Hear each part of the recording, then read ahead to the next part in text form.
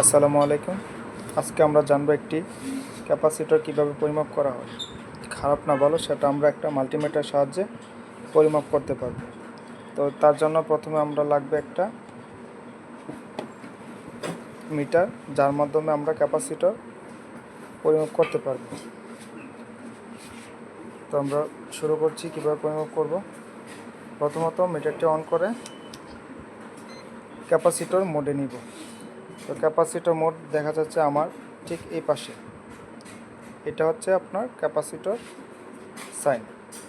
তো আমরা ক্যাপাসিটর জন্য আমরা ক্যাপাসিটর মোডে নিব।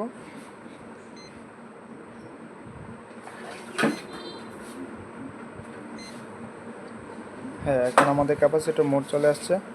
আমরা এখন পরিমাপ করব। তো আমরা এখানে দেখতে পারতেছি এই ক্যাপাসিটর 2.5 মাইক্রোফ্যারাড, 350 ভোল্ট এসি। এটি এসি ক্যাপাসিটর। ক্যাপাসিটর সাধারণত দুই ধরনের হয়, এসি আর ডিসি। আমরা এখন এসি পরিমাপ করতেছি।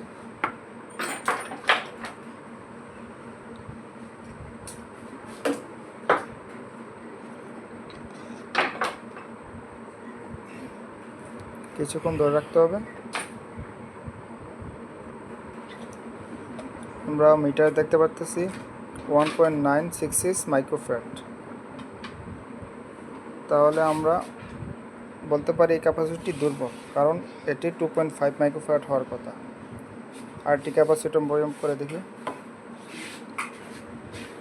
এটা হচ্ছে 3.5।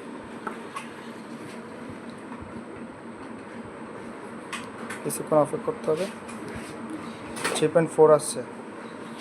তাহলে আমরা এটা ধরে নিতে পারি চলে, এটা ব্যবহার করতে পারবো ফ্যানে।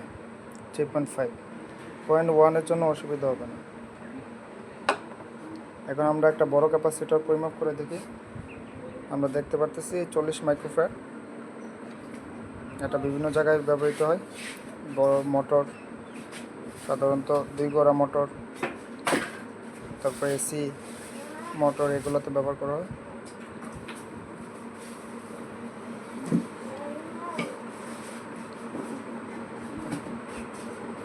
(34.8 মাইক্রোফ্যারাড।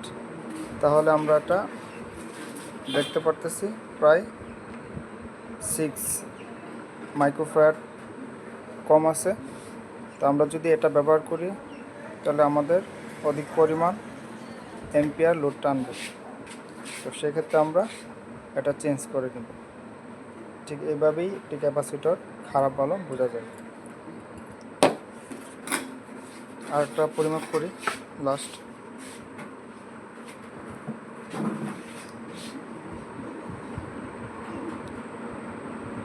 এটা 2 আসছে, 2.5 আশা কথা। এটা দুর্বল। আর যে ক্যাপাসিটিগুলো একদম খারাপ, ওইগুলো কোনো ধরনের মান আসবে না। তাহলে আমরা বুঝতে পারবো যে ওটা একদমই খারাপ। সবাইকে ধন্যবাদ। আসসালামু আলাইকুম।